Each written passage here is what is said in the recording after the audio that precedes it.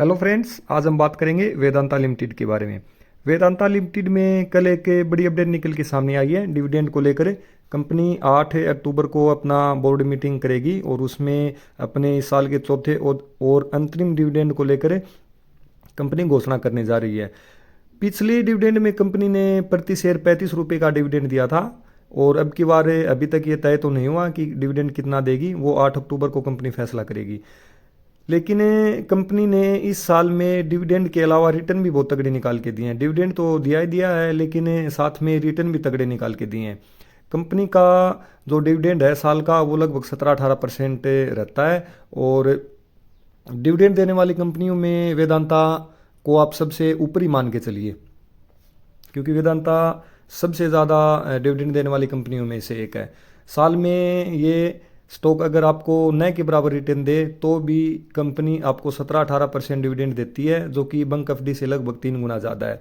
लेकिन पिछले 1-1.5 साल में कंपनी ने डिविडेंड के अलावा रिटर्न भी बहुत तगड़ा निकाल के दिया है। तो ये देखिए, कंपनी ने पिछले 5 डे में लगभग 12.5% का रिटर्न निकाल के दिया, एक महीने में 9.5 का, और 6 महीने में देखिए आप 87% का रिटर्न निकाल के दिया है। तो यहाँ पर निवेशकों ने डिविडेंड से भी बहुत ज़्यादा रिटर्न कमाया और साथ में स्टॉक से भी बहुत ज़्यादा रिटर्न कमाया। और आप 1 ईयर में देखिए लगभग 100% का रिटर्न कंपनी ने यहाँ से निकाल के दिया। तो यानी कि डिविडेंड दिया वो अलग, और साथ में रिटर्न भी बहुत ज़्यादा निवेशकों को वेदांता में फ़ायदा हुआ है। लेकिन अब ये स्टॉक अपने चार्ट पर भी बहुत ज़्यादा बुलिश से होता हुआ नज़र आने लगा है कि इसमें जो अपर टारगेट हैं वो बनने लगे हैं।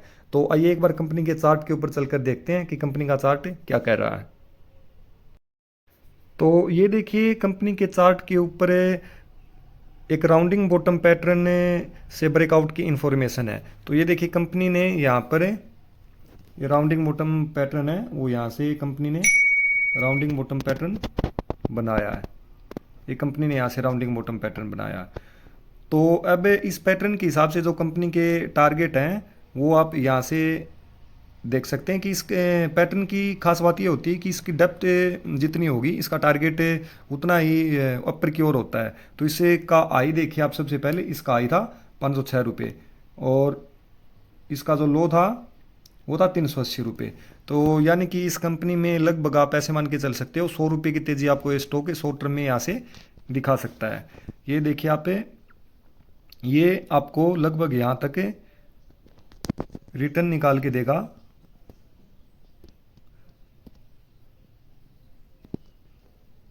इसमें जो रिटर्न आपको मिलेंगे वो आपको यहाँ तक 580 रुपये के लगभग आपको यहाँ तक इस में रिटर्न देखने को मिलेंगे। तो ये स्टॉक यहाँ से आपको 16-17% के रिटर्न यहाँ से निकाल के देगा, इसमें जो फिलहाल पैटर्न बना हुआ है इस पैटर्न के हिसाब से, और इसका ब्रेकआउट भी हो चुका है। और ये सिर्फ शॉर्ट टर्म के लिए इसमें पैटर्न है, और इसका जो स्टॉप लॉस है वो आप पहला स्टॉप लॉस यहाँ पे लगा सकते हो कि कंपनी ने यहाँ पर एक थोड़ा सा अपना स्पॉट लिया था और ये लेवल यहाँ से बनता है।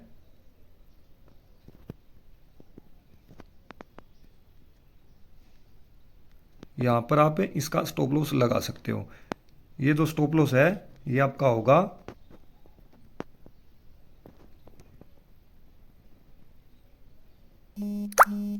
430 रुपये का स्टॉप लॉस आप यहाँ से लगा सकते हो। और अगर आप इसमें थोड़ा और ज़्यादा वेट करते हो तो आप इसका दूसरा स्टॉप लॉस लगा सकते हो 380 रुपये का।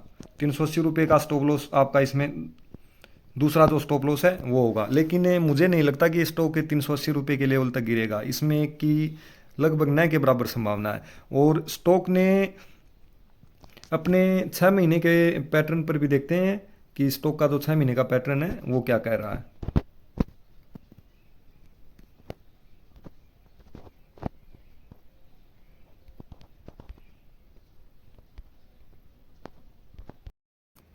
तो ये देखिए, कंपनी के वीकली चार्ट के ऊपर भी आपको एक राउंडिंग बॉटम पैटर्न का इंफॉर्मेशन है। और कंपनी अपने यहाँ 2010 में जिस लेवल के ऊपर थी, यानी कि आज से लगभग 14-15 साल पहले, उस लेवल पर कंपनी अब पहुँची है।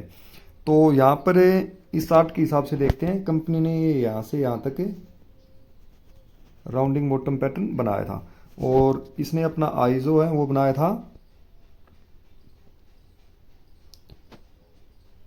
490 रुपये के लगभग, और इसका लो था 65 रुपये के लगभग। यानी कि इस स्टॉक में आपको 400 रुपये की तेज़ी यहाँ से लॉन्ग टर्म में, लॉन्ग टर्म का मतलब है कि कंपनी 1 से 3 साल में आपको रिटर्न निकाल के इस पैटर्न के हिसाब से देगी। और तो इसका जो टारगेट बनेगा वो बनेगा 900 रुपये का लगभग। यहाँ से कंपनी आपको 90% के रिटर्न 1 से 3 साल में निकाल के दे सकती है, अगर आप इसमें 1 से 3 साल के लिए होल्ड बने रहते हैं तो।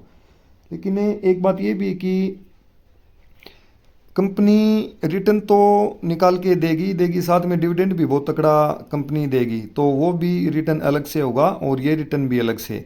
तो आप इसमें लॉन्ग टर्म के लिए निवेशित बने रह सकते हैं। आने वाले टाइम में स्टील इंडस्ट्री में कंपनी काम करती है, तो इसमें आपको इस सेक्टर में थोड़ी तेज़ी देखने को मिलेगी। तो इस हिसाब से आप इस स्टॉक को 1 से 3 साल के लिए होल्ड करके रख सकते हो। और अगर आप इसमें फ़िलहाल जो डिविडेंड कंपनी दे रही है उस डिविडेंड को आप पाना चाहते हैं, तो आपको लगभग ये मान के चलिए कि 8 अक्टूबर से पहले इस शेयर को खरीदना होगा, तब आप उस डिविडेंड को पाने के लिए वैलिड होंगे। धन्यवाद।